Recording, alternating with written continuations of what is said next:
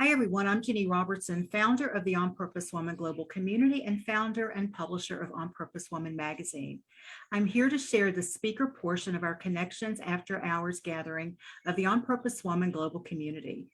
Claudette Gadsden is speaking on Step into the Power of Your Vision. Claudette W. Gadsden understands how change and transition can impact our life and helps people navigate through this maze to realize their dreams, visions, and aspirations. Coach Claudette helps people understand the role conversations have in our lives, and every conversation starts with an inner dialogue. Her direct yet caring approach makes it easy for clients to learn new skills, identify barriers, and take action. She reminds people just how awesome they really are. So thank you, Claudette, for being with us tonight. Thank you. Thank you for having me. It's my absolute privilege always to be a part of this. So tonight we're going to talk about stepping into the power of your vision. And we're going to talk about tips on how you can do that and how it will show up all this goodness in your life. And so let's start by listening to your inner dialogue. As I say, every conversation starts with an inner dialogue. So what are you saying to yourself? So when you look at your vision, what are you saying about your vision? So as an example, I will share my vision. My vision is to travel the world and to touch as many lives, empower as many women as possible along the way. And so when I think about that vision, then I have to think, okay, what am I saying to myself about that vision? What I say to myself is that it is possible, that I can do this, that I can in my lifetime touch 1 million women and girls to empower them in the most beautiful way. And so how do I feel when I say that? I feel awesome. I feel amazing. I feel like I could do this. I really could do this. And I can. And so because I'm feeling empowered and feeling like, yes, I can do this, there's nothing that anyone can say to me to make me think otherwise, because I know that I can do this. And when I share my story with others, if they are not in agreement, I won't discuss it with them anymore. When I have made up my mind on what works for me and what I want to experience in my life, I don't allow other people to come in and say, this is not good or this won't work. Only I decide if it's good or if it will work. I will gladly take advice, take information, things for me to mull over, but I will not allow anyone to change my mind, to take me off my game, because it's mine. It's my game, it's my life, it's my desire. And so how dare I? How dare I give up my power by allowing someone else to come in and say, oh no, that's not for you, honey. You should be doing something else. Been there, done that. When I was a teenager, and I decided that I was going to college and where I was going and what my major was going to be. And my father says, oh no, you're not going to go there. You're going to go to this college. And I opted out. If I cannot go where I want to go, then I don't want to go at all. And I know for him and for a lot of other people at that time, because I was 17? For a lot of other people at that time, it was like, well, how dare you? Like, you have the opportunity to go to college. Why wouldn't you go? Because I'm not allowed to go to the college that I want to go to. I'm not allowed to study what I want to study. And so why bother? Again, it's my game. It's my decision. It's my life. And so I don't want to allow anyone to do that, to change that for me, because I know what's best for me. Other people know what's best for them, what worked for them, what could possibly work for me, but they don't know me. And so what works for them may not work for me, and vice versa. And so why then do we allow, here's what comes to mind. I've heard this on more than one occasion, that the people that are not in relationship, they have the most relationship advice, right? So how can you give me advice on relationships when you're not in a relationship, or when you've never been in a relationship, or when they all turn out bad? And then you complain about it like a month or two in, you complain about, this relationship, how it didn't work out, or this job and how it didn't work out, but you want to give me advice. Thanks, but no thanks. I'll take my own advice. I will listen to my own inner dialogue. I will do what feels good to me.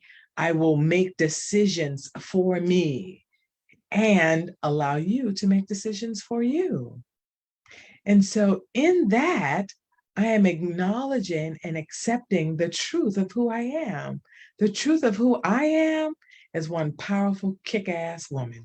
And I refuse to let anyone steal my joy by telling me that I'm not powerful, that I'm not kick-ass, that I am not good at what I do.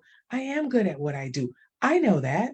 If you don't know that, it's your loss. It has nothing to do with me. And I love you just the same, because it's not your fault that you don't recognize the good that I am. And that's okay. And so because I recognize the good that I am, I recognize and acknowledge what my future looks like.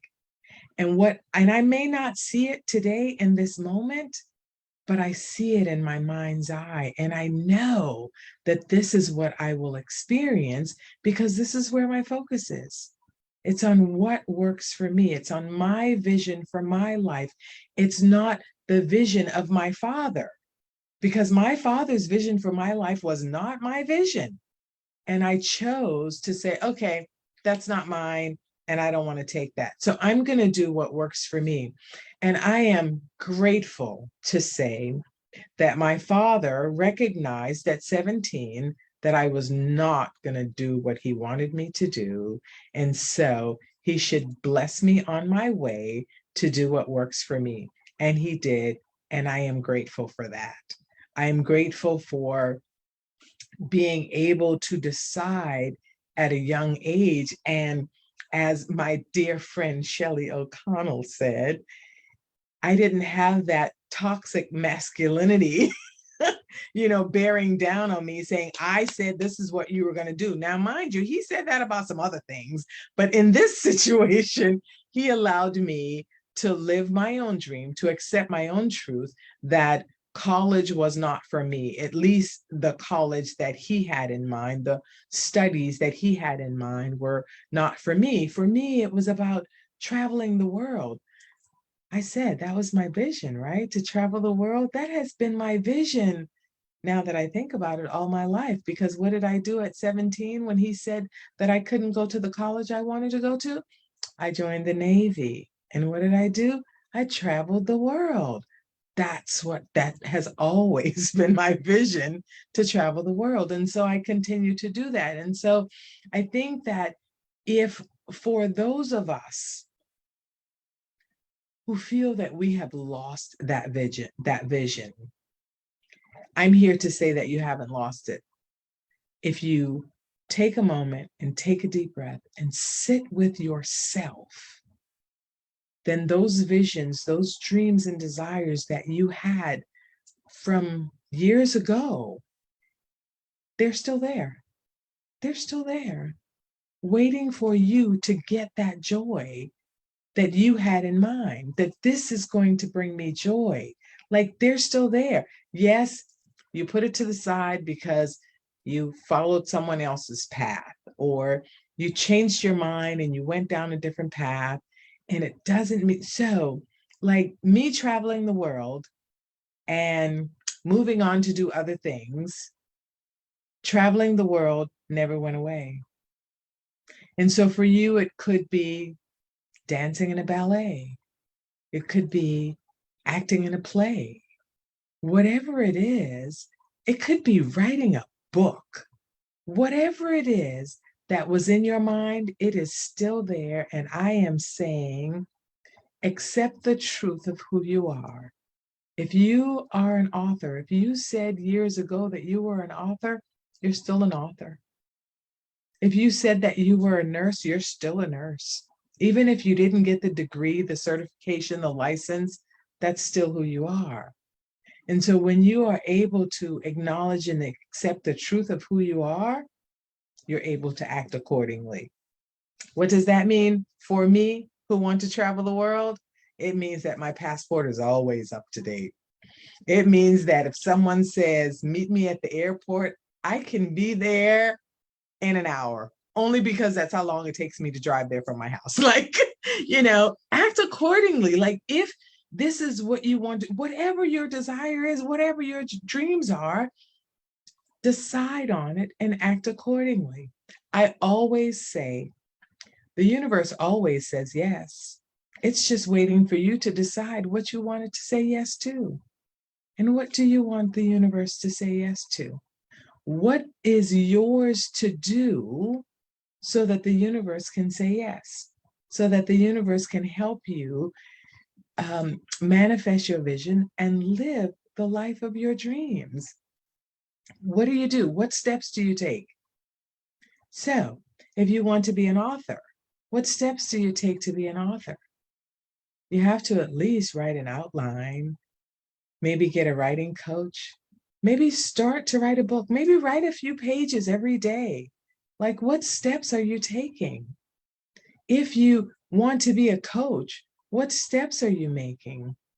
Someone shared with me that they want to create a home for children so that they can take care of children because they didn't have anyone to take care of them. So what are you doing to create this home? Have you found a space? Have you found some resources? Like, what can you do? What steps can you take? Because everything starts first with a thought, and then we have to put some action behind it. And so when you are able to figure out what you need to do, then you can take one step at a time to get it done.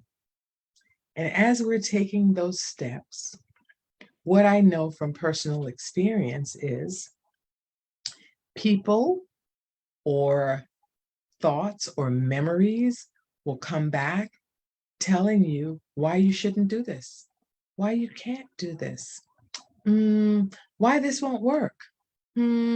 How? Tell me again how this is going to happen. Tell me again how. Wait, I don't understand. Can you explain it to me? And I'm telling you to stop.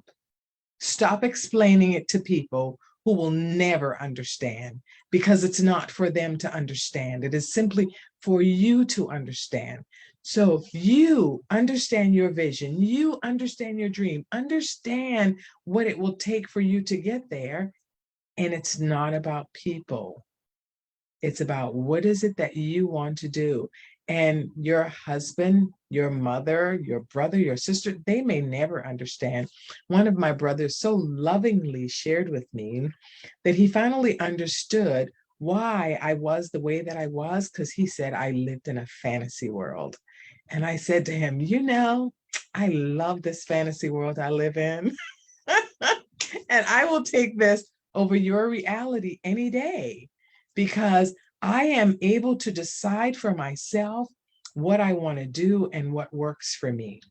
And I am not listening to other people who cannot see my dream. They can't see it. Why? Because it's not theirs and it's not for them to see. And so what I will say to recap, step into the power of your vision by one, listening to your inner dialogue, not someone else's, just yours. Only you know what's best for you. The second thing, acknowledge and accept the truth of who you are. And who are you? Awesome and amazing. You are one kick-ass woman. Don't let anyone take that away from you, ever. Number 3, act accordingly. Whatever it is that you need to do to move forward, to move your dreams and your goals forward, do it. Step into you. Step into the goodness that is your vision. Because I'm going to tell you that my vision, they're delicious. Like, they are orgasmic. They make my palms sweat because they are so good. Like, just the thought. And this is what I want you to feel when you think about your vision and your dreams for your future. I want you to be giddy with excitement, like, oh my God, this is my life. Yes. And so when you think about acting accordingly, remember this. Do you, boo. That's it. No one else, just you. Thank you. And I am complete Thank and you, open Claudette. for any questions. First, I want everybody to unmute yourself so we can clap out loud so you can hear us. Yay, Claudette! Woo-hoo! So on point. Thank you. You want to stay on camera while we do questions? Yes. Okay, so jump in, somebody, comment or question. And Claudette, you run this, okay? Okay. Comments or questions? No one? I just thought it was brilliant, girl. Let me just say, you're amazing.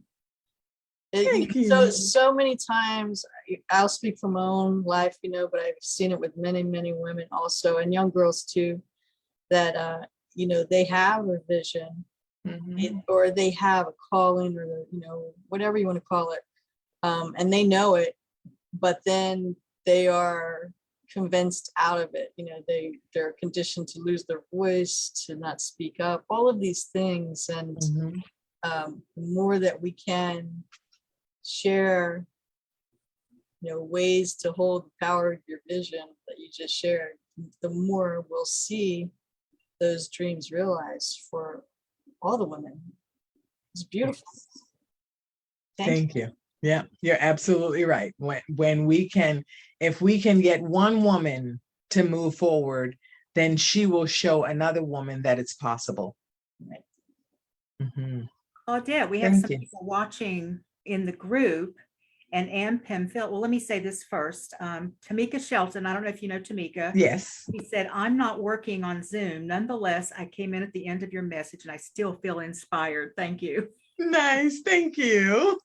And Ann Pamphilus, my amazing virtual assistant, says, how did you create your bed and breakfast? That's a story about vision, isn't it? I know that story. Yes. And so, like, wow, that was a 30-year vision in the making that I never lost sight of. For 30 years, I talked about, I'm going to have a bed and breakfast. I'm going to open a bed and breakfast. And I am really fortunate to have amazing people in my life who keep pushing me forward. And one uncle in particular who would always ask the question, where is that bed and breakfast? When can I come over to that bed and breakfast? And because he kept asking me, that helped it to stay in the forefront of my mind. And even 30 years, it was in the forefront of my mind for 30 years. So yes, that's how I did it. And I just stayed focused. Well, Imaj has been watching as well. And she says, you're amazing, beloved. Tell it like it is. Thank you, Yamaja. Yes, yes. Yeah, that was I do want awesome. to applaud you, Claudette, for having the courage, because at 17, my college and major were chosen for me. And I just went because that's what good girls did. But I got them back. I dropped out after 2 years and got married. When you said that, you got them back. Got them back, yes. And it did get me to Maryland. It did give me a great child, and my employer paid for the rest of my education, but I did not want to be there. And so that was my way of not being there. And so I was a bit of a passive aggressive rebel, it's like I didn't have the courage to say it out loud, but I could do it behind the scenes a little. Yeah. I didn't know how to do it behind the scenes. I didn't know how. Finally, I knew how to do it. Yeah. Anyone else have anything you'd like to say to Claudette? Well, I just love the part where you talk about taking action, right? Mhm. Yeah. And I know some of my stuff when I talk about, I call it gathering grace. And I always say, grace doesn't bust down the door and grab you off the couch and get you to do stuff. You have to reach your hand back, right? You have to reach your hand back. But we live in a world where we're so afraid of failing. Like what does failing even look like? Sometimes I know in my career, I would think, oh, I don't want to screw this up. And then I would think, well, what does that even look like? Right? I didn't even know, right? I think it comes from when we're little, where we're so afraid of being in trouble. You don't even know what in trouble looks like. So I just love that. You do you, boo. Shelley, when my son was about 7 or 8, he was talking one day about how he had never been to the principal's office, and he never got in trouble. And I said, yeah, why is that? He goes, because I don't know what happens when you go there. Right. So he was living his life like, okay, I don't know what happened. So I'm not going to do anything that I think might get me there. So yeah, I mean, that's kind of fear-based living at a very young age, isn't it? Right. Yes. It's like, what is that? Right. Yeah.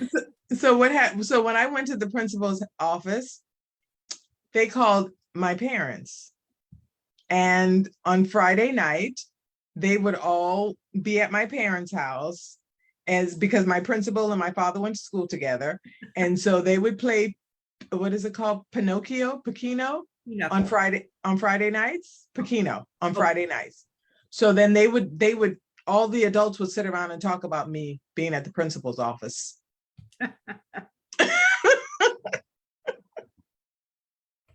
So you knew what happened when you went to the principal's I office. knew. Yes, I did.